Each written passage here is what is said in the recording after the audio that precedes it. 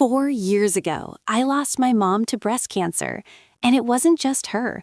Both of my grandmothers died from it too. So when doctors found potentially cancerous cells in my own breast tissue, they told me I had 3 options: constant screenings every few months, remove only one breast and still risk the other, or remove everything and basically eliminate the danger. So I chose the drastic option, a double mastectomy. It saved my life, but it absolutely wrecked my self-esteem. I was left with huge, jagged scars that tore my confidence apart. I stopped going out, I threw away mirrors, I couldn't even look at myself without feeling sick.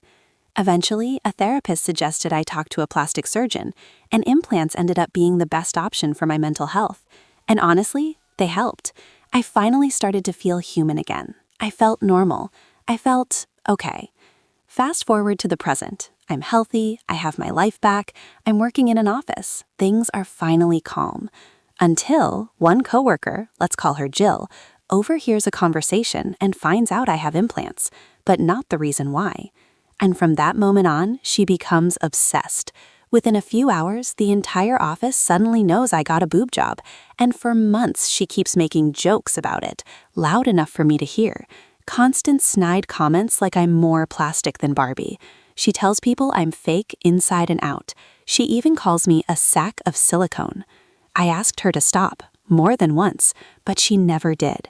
Then one day we're sitting at lunch with coworkers. I say something is shallow, and Jill laughs, points at my chest and goes, "You'd know all about being shallow." And I broke. I looked at her and said, "Do you know why I have these? Doctors found cells in my breasts that could have turned into cancer at any time. I had major surgery. I was left with massive scars that destroyed my mental health. So I got implants just so I could look at myself without crying. Maybe next time you judge someone's body, you should ask why before you open your mouth." The room went silent. Some coworkers supported me. Others said I overreacted and Jill was just joking. But a few hours later, I get the email.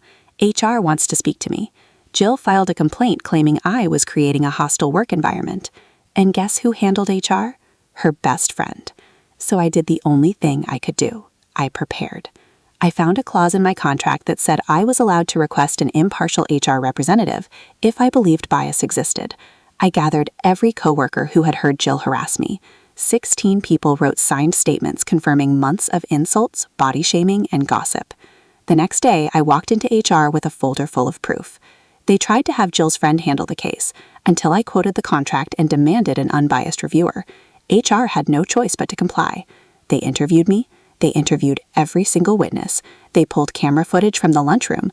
Jill was called in last. 30 minutes later, she storms back into the office furious, packs her desk, and leaves. A company-wide email rolls in shortly after. My case is closed. Complaint dismissed. And Jill? Terminated for harassment and workplace misconduct. She tried to ruin me. She tried to humiliate me. She tried to weaponize HR against me. And instead, she lost everything. Sometimes karma doesn't just happen on its own.